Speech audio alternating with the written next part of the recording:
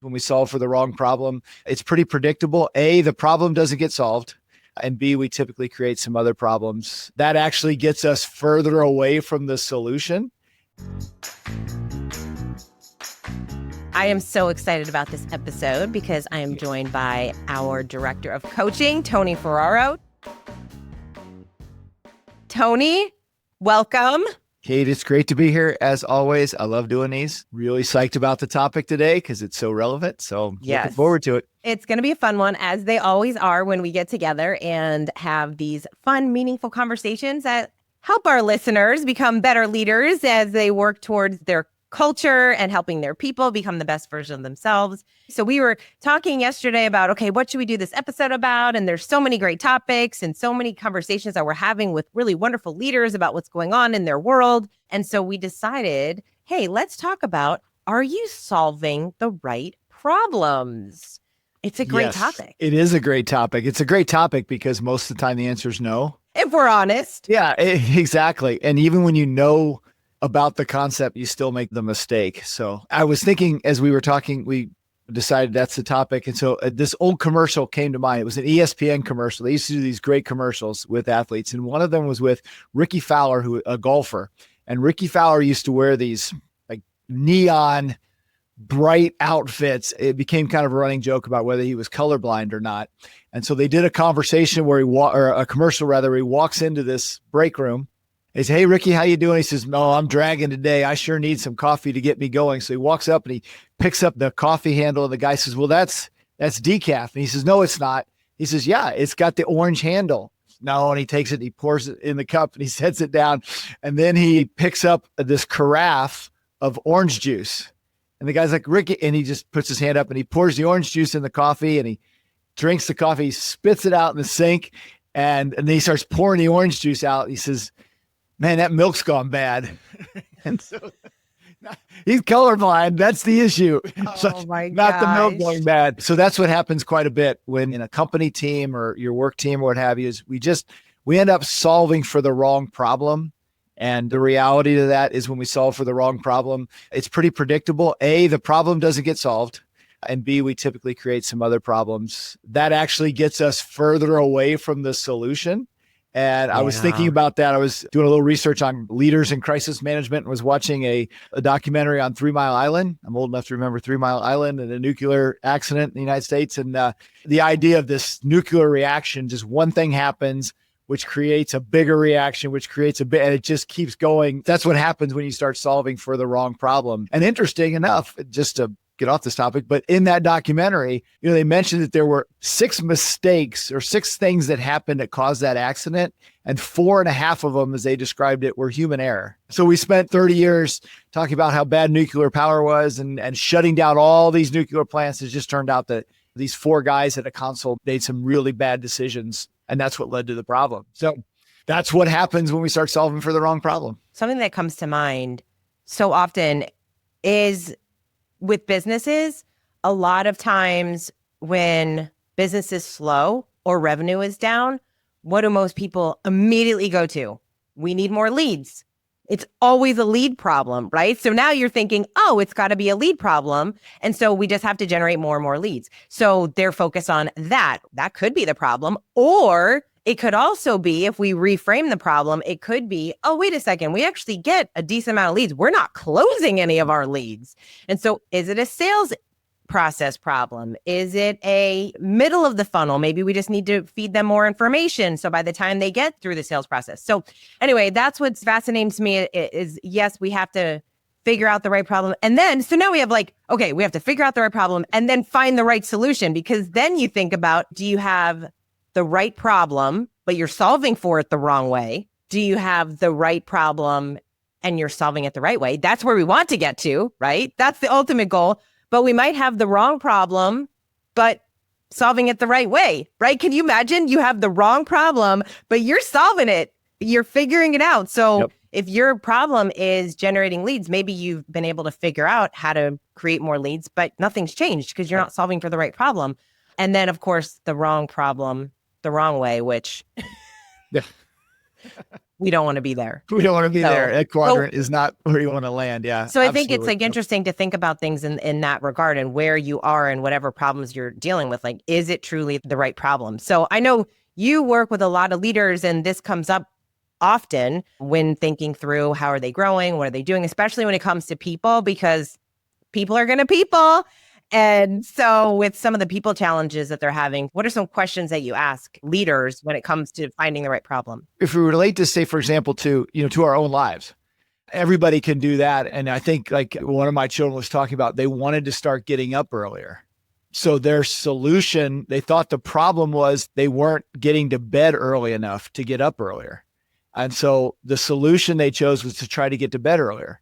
Well, what happened was predictable, is like, if you're not used to going to bed early, you lay in bed, you don't get to sleep, you end up staying up just as late, although it's non-productive time and you're stressed and you're still not getting up earlier. So, we looked at the suggestion of saying, and I was telling people, if you want to get up earlier, the key to that, is, at least initially, is to get up earlier. If you get up earlier for 2 or 3 days in a row, and even if you don't adjust when you go to sleep, you will naturally adjust when you go to sleep because you're tired. You're not tired until you get up early. So they were solving for the night before, when the problem was, I need to get up early and then go from there. So we can relate that to our personal lives. And then when we start thinking about, are we solving the right problem?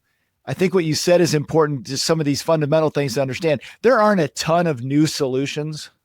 So most of the time, the solution is there.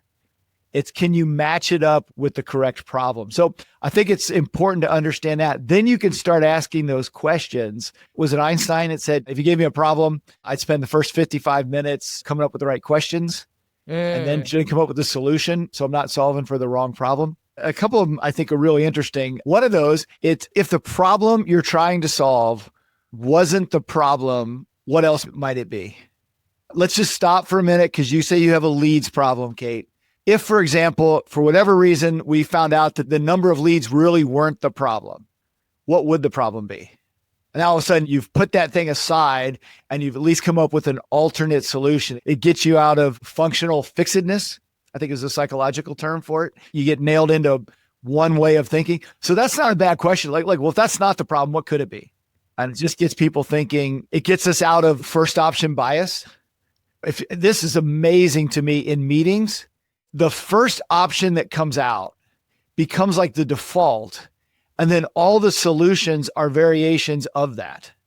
So you go down that road and everybody's improving on or doing something to that first solution, when that may not be the solution. That may be solving for the wrong problem. But I've seen that come up so often, that the first solution, or the first identification of the problem, if you will, becomes the default. And then everybody's solving off a variation of that. So as a leader, number one, you have to be really careful about, have I limited myself? That was the point of that first question. Have I really limited my thinking to just one silo of where that problem could be? It reminds me of that when we say don't accept the premise of the question. Yep. It's that same thing. So we were reading, you and I found an article on the Harvard Business Review, and there was a part of it where they talked about bringing in what they called boundary spanners. And it was basically someone in the organization that was close enough to the organization and the department, but not so close that they were like so attached to it. So they had like a different perspective. So this one group brought in the executive assistant of one of the leaders, one of the managers. And so she could see both sides. She knew exactly what was happening on the employee side. And then she also knew what was going on with the executive team and the leadership team. So she had both perspectives. And so what her take on the problem was very different than the group that was in that room. Yep. And so that was huge. So to think about, who in your organization could you bring in that would be able to see things from a very different perspective and then help everybody else see it and come up with that solution. So I thought that was cool. And that's another reason why people bring in a coach or a third party person, because you know how easy it is to fix someone else's problem or to identify someone else's problem. Yep. What's that phrase? You can't read the ingredients from inside the jar. So to have somebody else that can come in and see really what's going on. Oftentimes when we go into coaching situations, it's not about solving their problem. A coach is not going to solve your problem. Most often they're going to help you identify the problem, because I've said it 100 times. Most people have the answers. They just haven't been asked the right questions. And those questions don't have to be complicated. Like the one go-to question that just stops people dead in their tracks. Okay, well, what do you want? Right? So we're dealing with this. What do you want? And that just opens up some thinking to start with. That's a simple question. Just ask that and you'd be amazed at what those answers would be. A good coach listens. And as we train our coaches, I always say the worst thing that can happen is for you to make a suggestion and your client say, yeah, we've tried that. So that's the wrong way. What you should have found out is, and this is the next question, is like, okay, so what's been tried? If you ask somebody, if this wasn't the problem, what could the problem be? What is it that you want? What are some things that you've tried? Because as much as what the problem is a question, there's almost like a hierarchical question is like, is this actually a problem? Because we spend a lot of time solving a problem that's not a problem. So the question around that is not like, is this a problem? Because people will default to yes, but like, okay, so what happens if you don't solve this problem? It could be dire. Sometimes it's not. We've been going along pretty well for 6 months here. I get maybe this isn't a real problem. And that kind of goes into context too. Oftentimes people say, oh, we got this. We've been getting angry calls. Okay, how many angry calls have we got? Well, there've been 2. One was really angry. The amplitude does not determine the multitude in terms of a problem. So, okay, well, this really isn't a problem to start with. So yeah. Oh, that reminds me so much of relationships too. Just like how many people are causing problems that are not actually problems. Yeah. Yeah. What are we doing here? And then going along with the, what do you want? Another simple question is what else? To any of these questions, actually, like, what have you tried? What else? What happens if we don't solve this? Well, this happens. Well, what else happens? Mostly because our first answer is typically not the answer. But if someone asks you what else 2 or 3 times, sometimes it's pretty dramatic. I know when we ask people what's on your mind and then we ask them what else, like the third answer, it can be like an explosion of emotion that they didn't want to talk about, but they knew it was down there and they were trying to all our defense mechanisms and all the things to cover. But somebody asked us until we told them nothing else. I think there's probably something psychological and like people want to say it. They want to be asked, but we've got all kind of guards in there that prevent us from doing that. Yeah. It's also work. It's work to sit down and ask these questions and to come up with these answers.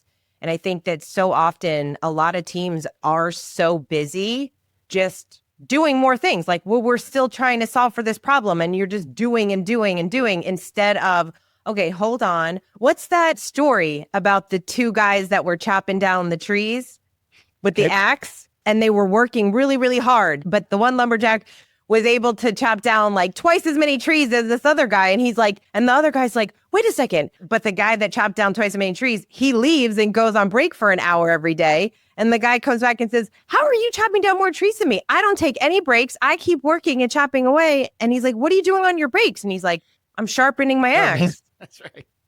Yeah. And, in organizations that are good with their systems, they're, I think, really susceptible to solving the wrong problem because their default is create a system. Look, we're really good at company X. We are great at solving problems. So when it comes up, their default is to create a system around it. And again, that system's created for the wrong problem. And the default is to get busy solving it. Not a bad thing to have problem solvers, but I think that's important for leaders too, to know like who should be in the room at what time, because some people are really good at talking in a bigger picture and others are strategists, and everybody, has the role. There is a question that it doesn't work all the time, but every once in a while you can get lucky with this one. It's like, okay, well, if you did know the solution, what would you say to yourself? People hate that question. But I'd probably say that you should do this. Okay. Like just the question that you ask. Okay, you need more leads. If you did know the solution, I'd say, well, why aren't we closing these leads? There you go. It was in there.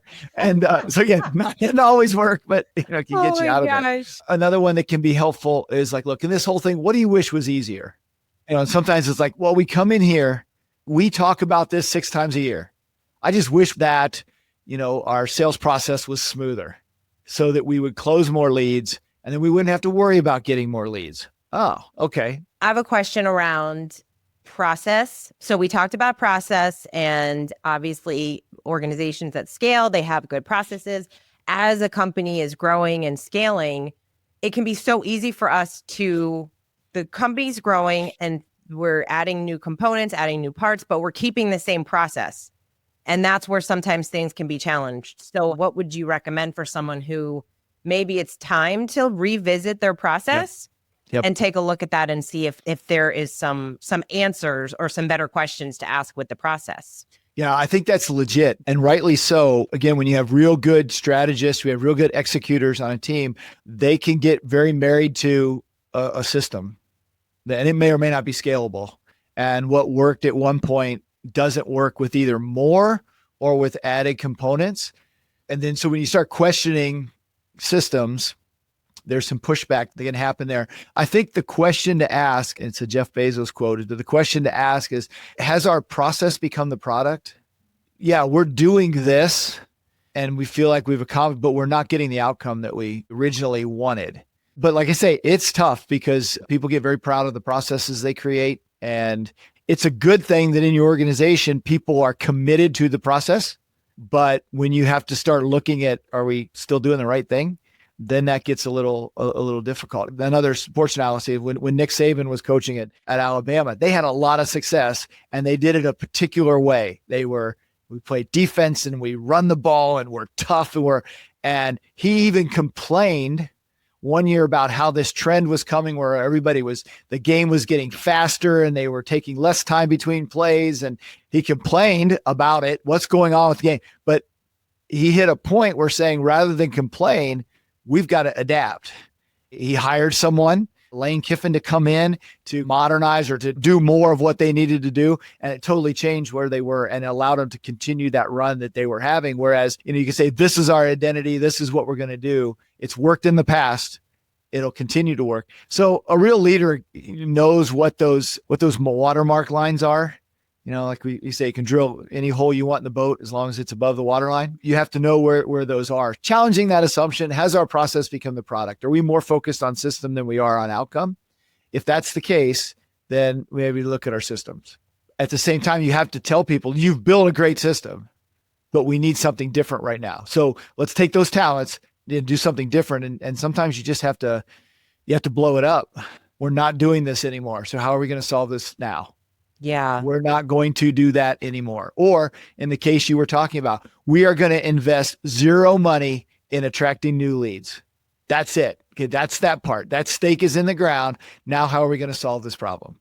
Yeah, I like that. Just like adding those constraints. Adding those constraints can help us have more creative solutions. Absolutely. To some of the challenges. In Apollo 13, right? They got to create that filter, and the guy brings the engineers in the room and he dumps all that stuff on the table. Says, this is what they have up there.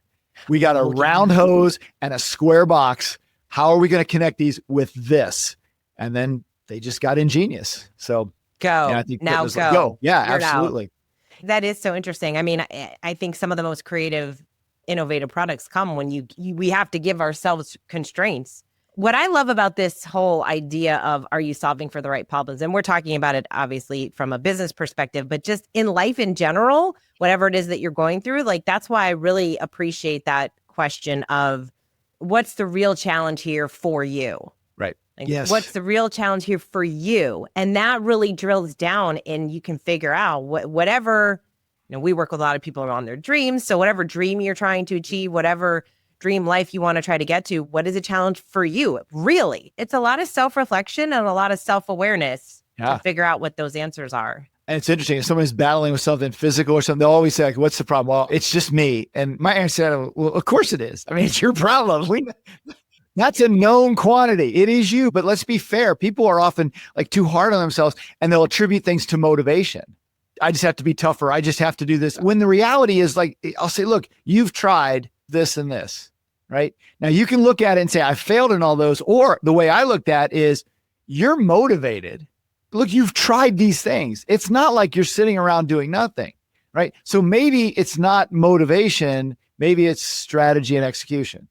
So maybe you need a different approach to whatever, but take it easy on yourself. You are motivated. Motivation fades very quickly if you don't have a good strategy behind it and a consistency behind that. So the real problem is not being motivated. The real problem is, do you have a system in place that, I'm getting up early and I'm going to go work out? Well, if you don't have your clothes laid out or in a bag, you're not working out. You're going to scramble around for 15 minutes. God, it's too late now. But that's a system issue, not a desire issue. So that's the case. And I guess the last thing that has helped a little bit in talking to leaders is the question, basically, what have you noticed when you come together and try to solve this problem? And that could be a bunch of different things. One leader said, Fred always takes the lead in this thing. And it always, okay, maybe the problem's Fred. If you're telling me every time you go to solve a problem, one person dominates the stuff and you never get the problem solved, maybe that person's the problem. But what do you notice is more of a feeling, more of an intuition. And most of the time leaders are good at that. We do this every 6 months. I notice we always seem to have a problem around performance evaluation time. There's lots of different things that can go on to that. So this always happens this time of year, whatever that might be. It's an interesting question. So makes it exciting. That does happen quite often with leaders just recognizing or not necessarily wanting to admit that it's a people problem and someone they might need to let go of or try to find a different role for. But yeah, figuring it out and being intentional about creating a process to make sure you're solving for the right problems. I'll leave one more story because I heard this from a marketer and I thought it was so fascinating. And he was saying that, I think it was in Europe, and it was people that were waiting for the elevator. So they were having a lot of complaints that the elevator was really slow and they just kept getting a lot of complaints. So the problem they thought was the elevator was too slow, right? So how do you fix a slow elevator? Well, we have to come in and redo the elevators and make them faster and quicker. But then they brought in another firm, like a design firm or something, and said, hey, let's put mirrors on the walls, like where the elevators are. So they put mirrors there. All of a sudden, the complaints drastically went down because you're now giving someone something to do, which is look at themselves, which people love looking at themselves. Or they started also installing like hand sanitizers, just giving people something to do while they're waiting. So they didn't notice that the elevator was taking so long. So they didn't have to change anything about the elevator. It was just putting the mirror there, which was so interesting. Yeah, that's fascinating. And I was on a retreat one time, and a Benedictine monk who was actually a psychologist, he made the statement that they did research and 90% of idle talk among people is negative. So same thing. If I'm standing with you in front of this elevator and I've got nothing else to do, I'm going to start complaining and griping about the elevator. And then you know what? Well, and I knew this was going to be a problem because that person at the front desk was a little short with me, and I know, and the breakfast was cold down there. I thought it was going to be a hot breakfast. I mean, it just, you can see how that just takes off. So that is so interesting. And also I feel like what a challenge. So I feel like this could be the challenge for people is to, when you are standing in line at the grocery store or waiting for the elevator or whatever it is, because people's inclination is to go negative, then switch it up and go positive. Right. Oh, wasn't that breakfast amazing? Oh, don't you love their team here? Yeah. Or just something. Yeah, look at that cute kid. There's just a million things. There's a million things, but it's funny. It's almost, well, that's a whole other conversation. I was just going to say, I think I read somewhere like it's where people can bond over like a trauma. Or make one up and bond over it. Or make one up. Yes. Like for this amount of time that it's going to take to get from floor 1 to floor 8, we are going to complain about all the things.